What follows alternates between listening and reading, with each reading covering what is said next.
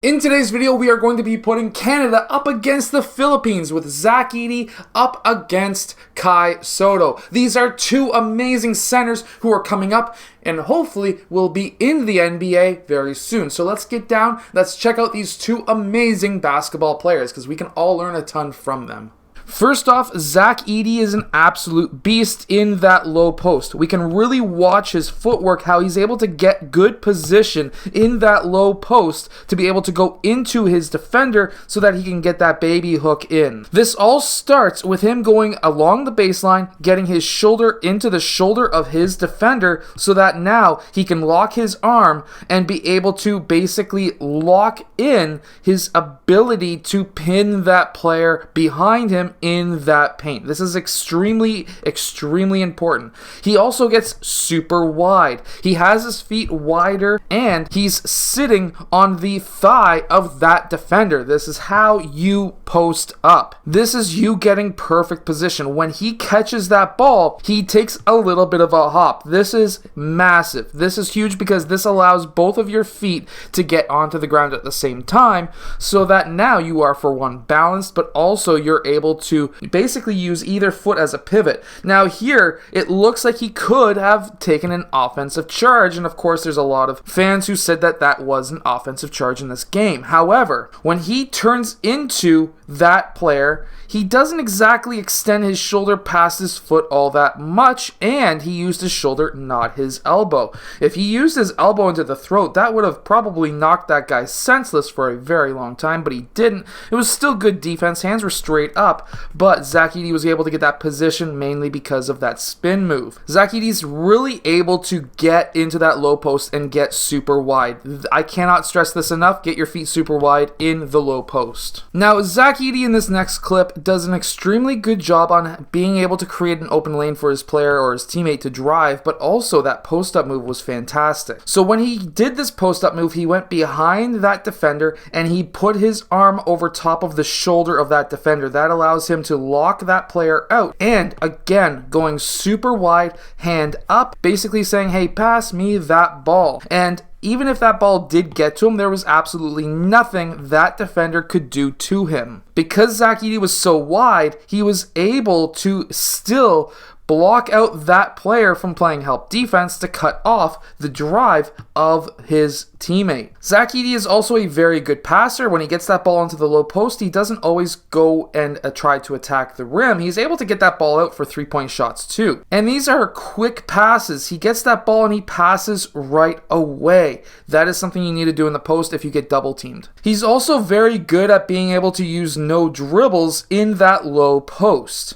Here, when he gets that ball, he does a little bit of a hop and lands on both feet, at least to the referee at the same time, but we all know that he landed on his right foot because we're going in slow motion. However, to the referee, I can understand why he would have thought that this was him landing on both feet at the same time. Because when he lands right here, if he did land on both feet, then he would have been able to lead with this foot and then just pivot and go for the dunk. Something else that I really want to have you pay attention to is him controlling that ball.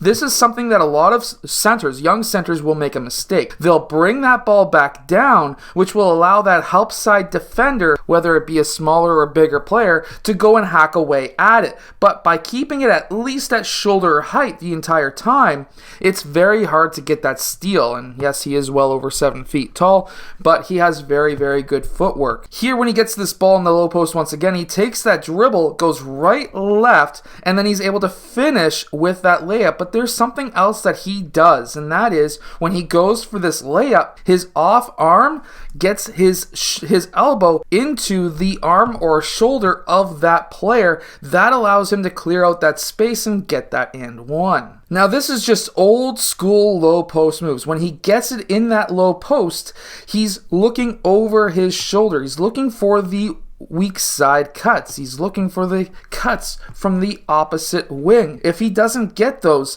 in this move, he takes a quick dribble and a hop towards the middle of the key.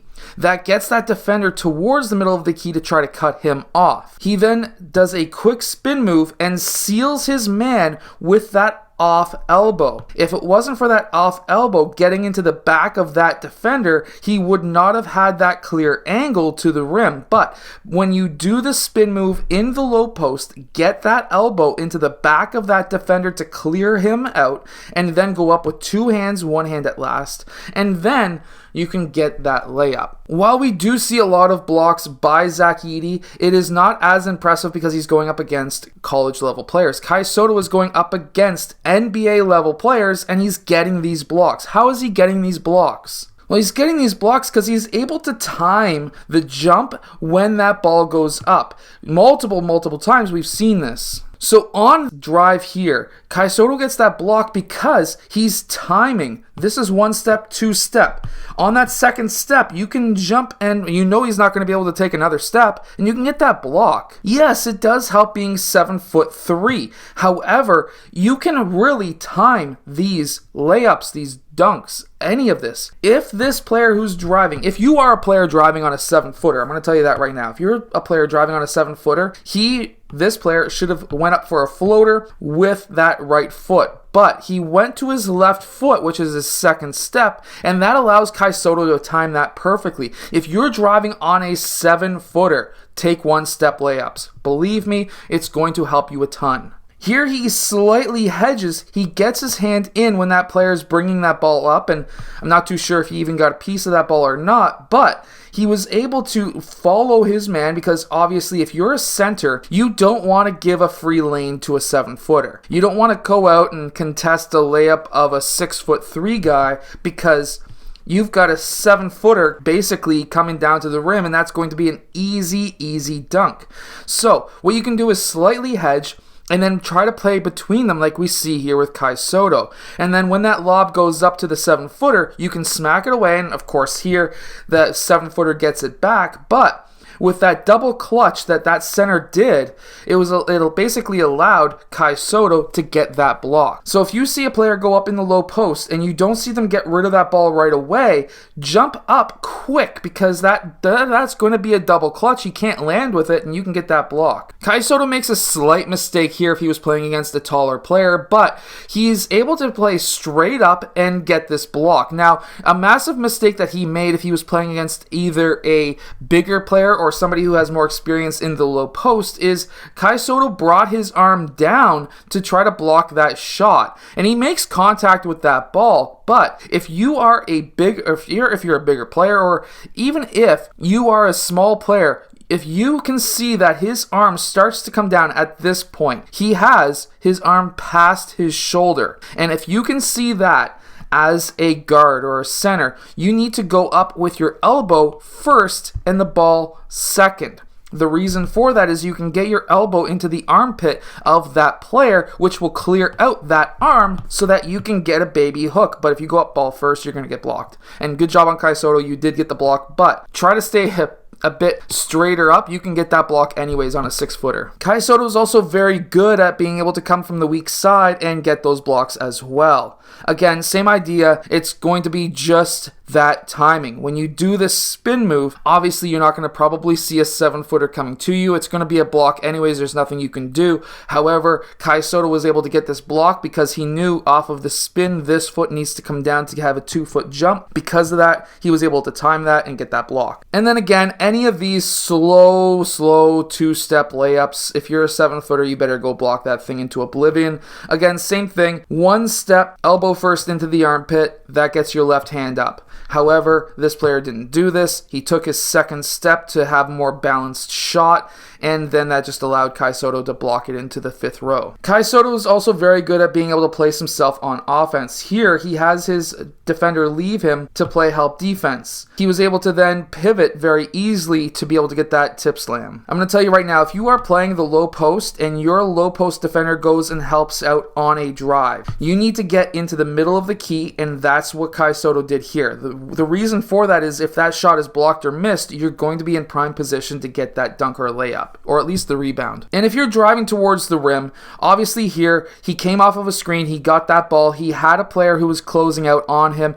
Obviously, Kai Sotto has a pretty good jump shot. He can hit that shot. However, However, when he takes that shot fake, he gets that player up into the air. That allows him to drive to the rim. He gets a help side defender, and then he notices that he's got a teammate here, and of course, he's got a very good court vision and passing ability, and that's what he was able to do here. And even in this next clip, he's able to get the block once again because, of course, I love defense. I've showed this clip once before, but this just shows his tenacity. He's able to still fight it out, even though he's got a slighter build than Zach Edey. He's able to battle it out in the low post against men and still get that poster dunk. That was a massive dunk, by the way, probably the best dunk of his career. Between the two players, Zach Edey as well as Kai Sotto are obviously both the same position, both 7-footers. Zach Edey, if we were to put him in a one-on-one game, if he took it down to the low post all the time, he's probably going to be eating Kai Sotto alive just because of their size and weight disadvantages between Kai Sotto and Zach Edey. However, if Kai Sotto had the ball out on the perimeter and he was able to attack with the footwork that Kai Sotto does have and use, he would be able to eat Zach Edey alive once again because of those weight and size advantages for both players. They both play the same position, but they both play it differently. Kai Sotto is more of a mid-post and perimeter center, while we have Zach Edey, who is a dedicated low-post only Shaq-style player, and both have their advantages and disadvantages. Personally, I think that these two players are both pretty even as to their skills and, of course, how they would perform right now in the NBA. Both are amazing players. Kai Sotto obviously is one of my favorite players outside of the NBA. I'll see you guys again in my next video.